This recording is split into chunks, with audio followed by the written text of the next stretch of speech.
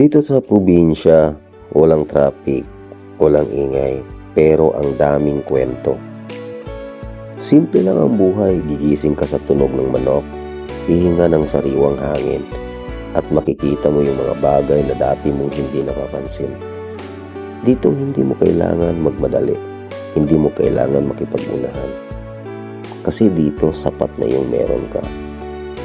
Habang naglalakad ako sa tahimik na daan, napaisip ako. Ganito pala yung mga pakiramdam ng payapa. Walang pressure, walang ingay ng mundo, ikaw lang at yung mga bagay na tunay na mahalaga.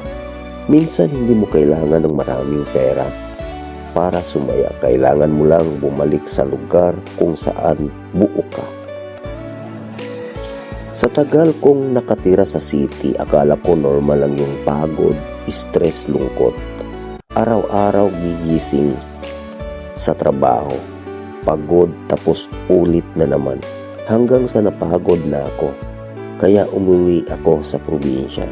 Pagdating ko dito, wala nang nagbago.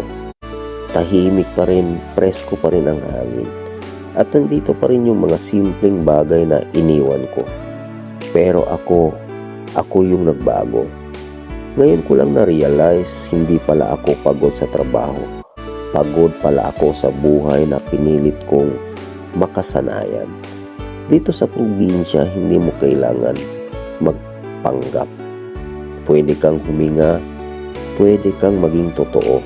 At minsan, yun lang naman talaga ang kailangan natin. Minsan, kailangan mo lang bumalik sa probinsya para maalala mo kung paano maging masaya. Walang filter, walang pressure, simpleng buhay pero totoo. At doon mo ma-realize hindi mo pala kailangan na marami para maramdaman na sapat ka.